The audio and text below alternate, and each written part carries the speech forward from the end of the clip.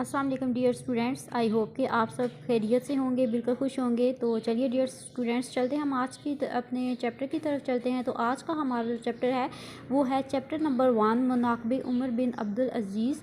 तो dear students, आप लोगों को एक बात बता दूं यहाँ पे कि आप लोगों के पास एक चीज़ होती है। अक्सर स्टूडेंट जब एग्ज़ाम देते हैं तो वो इस तरह करते हैं कि सबक का नाम लिख देते हैं।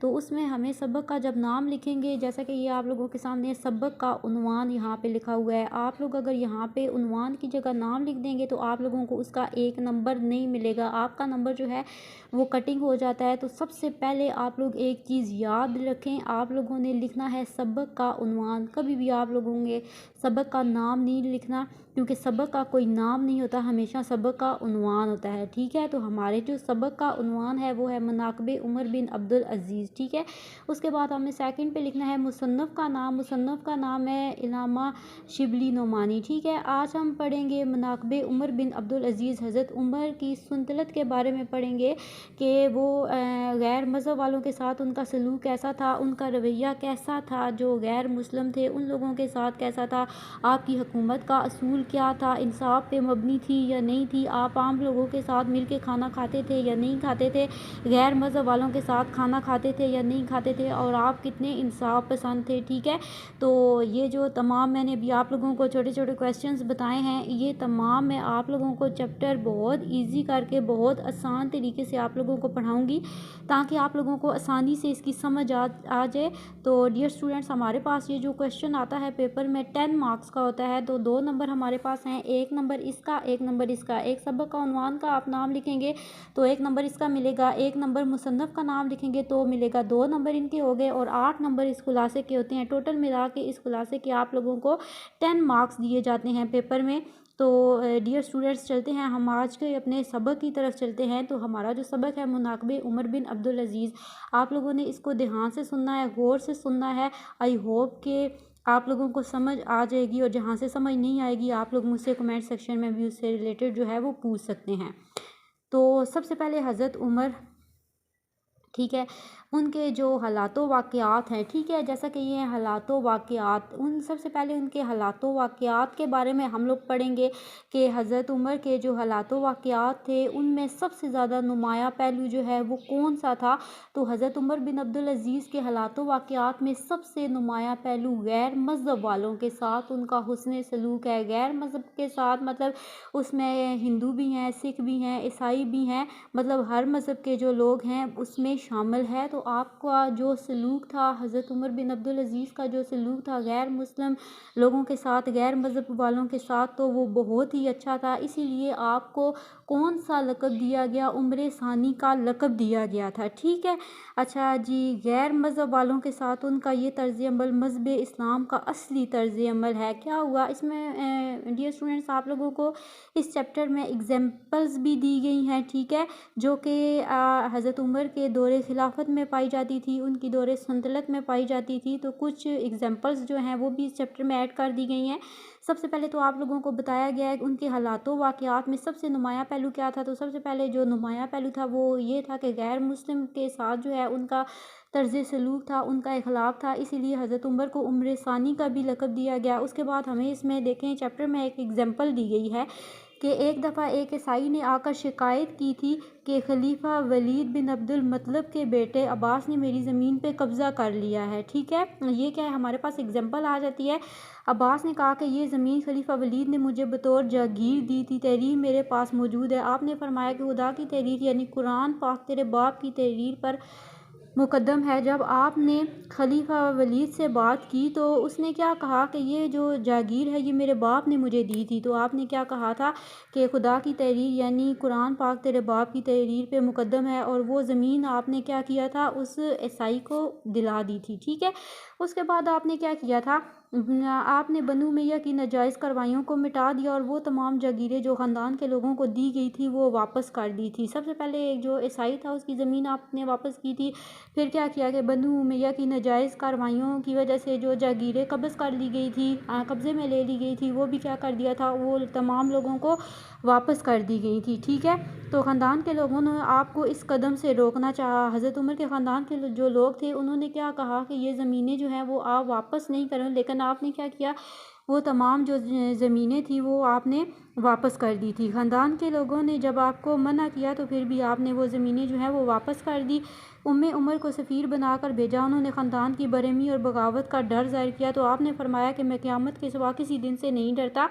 मतलब कि जब आपने तमाम जागीरें वापस की थी तो उम्मे सफ़ीर को भेजा गया और ख़ानदान के बारे में बताया कि वो तमाम बगावत पे उतर आए हैं। तो आपने क्या कहा, हज़रत उमर ने ये कहा था कि मैं खुदा के अलावा किसी से भी नहीं डरता। तो वो तमाम जो जागीरें हैं वो वापस कर दी थी। ठीक है, ये हमारे पास क्या है, दूसरी एग्जांपल आ गई हमारे पास इस चैप्टर में। सबसे पहले हमारे पास कौन सी थी, एक ईसाई की थी। ठीक है, ईसाई के बाद आपने क्या किया, वो जागीरें जो हैं वो तमाम वापस कर दी गई। फिर उम्मे सफ़ीर को आपके पास भेजा गया, उन्होंने ख़ानदान के बारे में बताया तो आपने क्या कहा कि मैं खुदा के सिवा किसी से भी नहीं डरता। तो वो ज़मीनें जो थी उन्होंने वापस कर दी। ठीक है, उनके मुतल्लिक़ आपने उलमाए कराम से पूछा था उन ज़मीनों के बारे में, उन्होंने कहा कि ये भी वापस करनी चाहिए। आपने ग़ुलाम मज़ाहम से अर्ज़ किया कि बच्चों को, आपके जो एक ग़ुलाम था मज़ाहम नाम था उसका, ठीक है, उसने कहा कि बच्चों का ही कुछ ख्याल कर लें। तो आपने फरमाया कि उनका खुदा मलिक है। आपका जो ग़ुलाम था मज़ाहम, उसने इस वजह से कहा था कि आपने जागीरें जो हैं वो वापस मत करें, बच्चों का ख्याल कर लें। तो आपने क्या कहा था कि उनका अल्लाह मालिक है, उनका खुदा जो है वो मालिक है। ठीक है, तो आपने तमाम जो जागीरें हैं वो वापस कर दी थी। आपके फ़र्जंद अब्दुल मतलब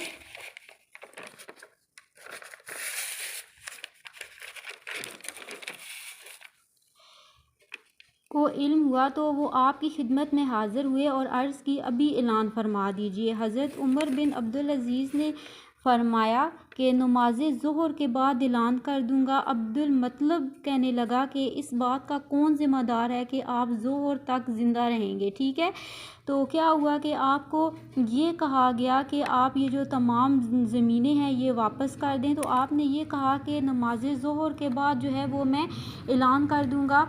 तो उसके बाद आपको क्या कहा गया, उसके बाद आपको ये कहा गया कि कौन इस चीज़ का गवाह है कि आप ज़ुहर तक ज़िंदा रहेंगे। इस पर हज़रत उमर बिन अब्दुल अज़ीज़ ने उसी वक्त अपनी तमाम जागीरें जो है वो वापस कर दी और जागीरात की संदें कुतर कुतर कर फेंक दी। संदें मतलब जो डॉक्यूमेंट्स होते हैं ज़रूरी, वो क्या कर दिए, वो कुतर कुतर के फाड़ के उन्होंने फेंक दिए थे।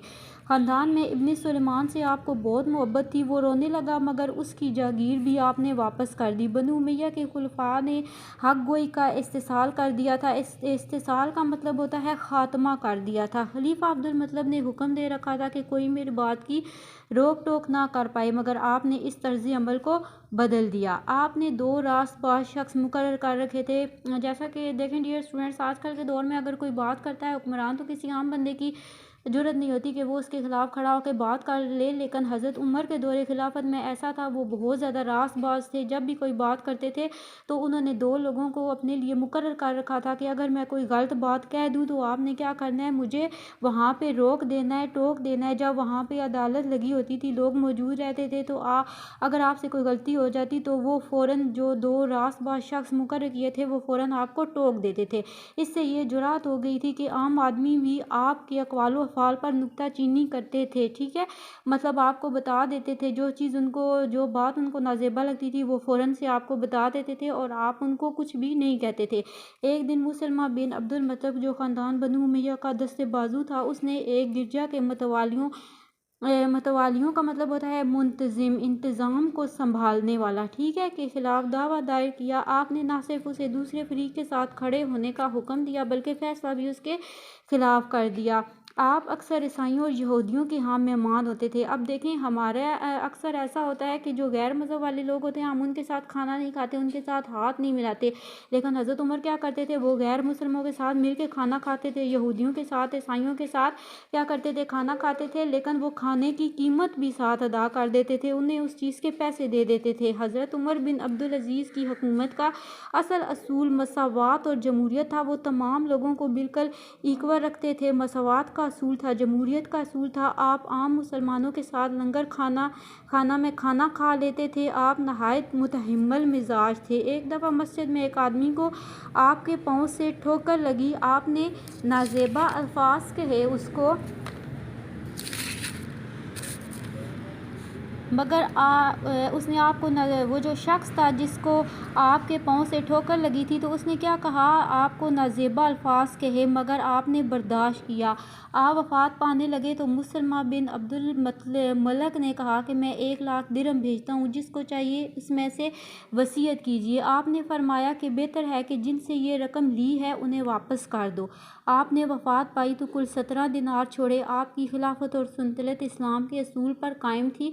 तो डियर स्टूडेंट्स, आपको ये चैप्टर पढ़ाने का मकसद ये था, ये इस सबक में आपको ये बताया जा रहा है कि एक जो हुक्मरान होता है, सच्चा और पक्का हुक्मरान होता है, उसकी सुन्नत का जो मकसद होता है वो मसावात होता है। वो तमाम लोगों के साथ मिलजुल के रहता है, उनके साथ खाना भी खा लेता है। तो हज़रत उमर के दौरे खिलाफत के बारे में आपने पढ़ा है कि उनका जो जब दौरे हुकूमत था तो उन्होंने बहुत अच्छी हुकूमत की थी। जब को वो बात करते थे, फ़ैसला करते थे, तो दो आस-पास लोगों को उन्होंने जमा किया हुआ था, अपने पास रखते थे कि आपको रोक टोक करें, आपको बताएं कि आपने ठीक बात कही है या गलत बात कही है। तो डियर स्टूडेंट, आई होप कि आप लोगों को चैप्टर की समझ आ गई होगी।